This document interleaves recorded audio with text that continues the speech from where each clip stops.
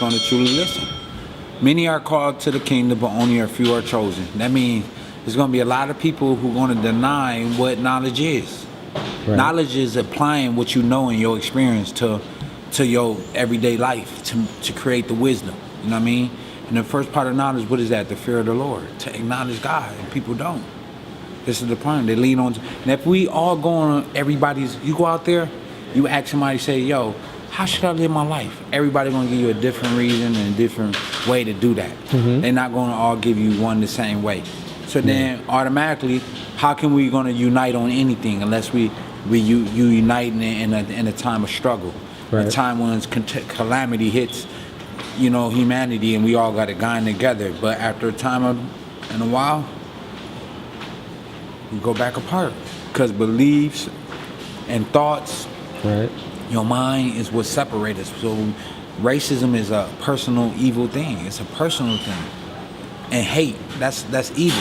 Evil is always a personal thing. It's never like, something that somebody is going to be. It's just like usually a personal thing. Right.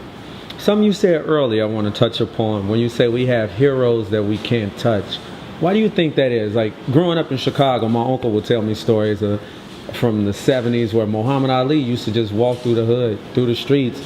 Next thing you know, he has 200 people around him and he's holding court talking about certain issues.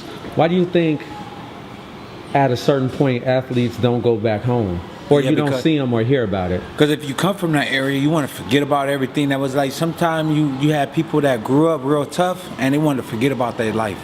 Mm-hmm. and take a strong mind to go back, because so much comes with that, being attached to certain things that it's hard to even explain it. It's just like sometimes I be wanting to forget that I grew up the way I did and try to start a new life. But what's important to me is that I got kids, my kids multiracial, you know what I'm saying, that I want my kids to know what struggle is. I want them to see it.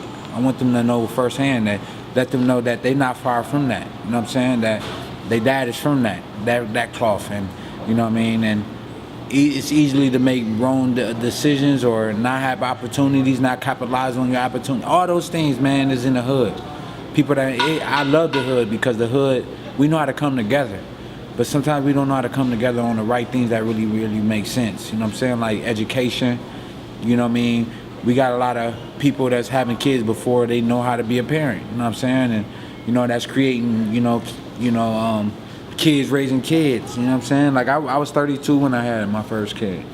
So, and it was like, for me, it's just I want to have enough experience to know what I want to do with my kids. Important thing to teach my kids is morality. You know what I'm saying? Good morals, good character, you know what I'm saying?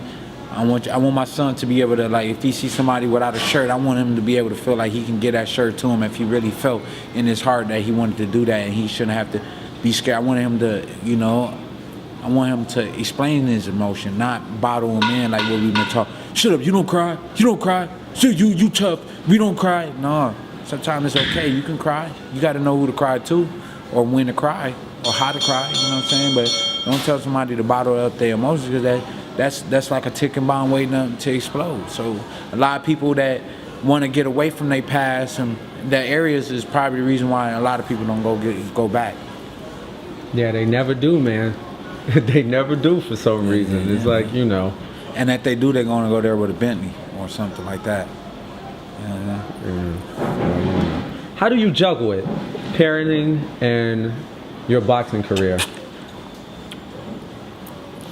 And that's the hardest thing, because like my wife understands my job. She now at this point where she kind of like settled in and not like bothering me so much. Before it was like I would be in camp fighting with her for nothing, dumb stuff.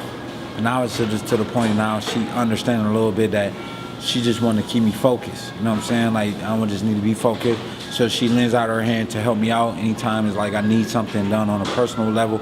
Can you call this? Can you do this? He more so involved in it, but to really understand what she has to go to, it's like she almost like a single parent, because I'm never there. I'm always out of town and stuff. So she raised my kid. So like I think that's a good quality that I did choose a girl. At least I know would be like 100% a mother to my kids. She's like, I used to be mad that it would seem like she would put my kids for, and it's okay to do that. I want her to more so put God before anything. And then, because, you know, with that structure in your life, you'll learn how to have a structure. You know what I mean? Like, I totally denounced myself and put everything before myself. You know what I'm saying? It's hard for people. I used to live for myself first. And say, if you don't learn how to do things, you know, on your own and for yourself, you want to be able to do it for nobody else. And that was a true statement. Now I learn how to do things for myself, and when to do it, now I know the structure that I can do things and put other people before myself and denounce who I am to be a servant for somebody else. So I find it hard because, you know why? It's a lot of, you know, black people struggling, like fathers that's not in the household with their baby mamas. If you see the titles, the baby mama's never a wife. You know what I'm saying? So you have a kid by a girl, but you won't marry her. That's totally backwards. You know what I'm saying? So, you know, I see how hard it is for a lot of single moms, you know, raising their kids alone. And, you know, my mom raised us pretty much alone. My dad was in prison. You know what I'm saying? So, you know, all together, I just pray for the world and pray for a lot of people that's in situations that, you know what I mean, they don't be feeling like it's no ending or no outs. So, you know, try to be a good example.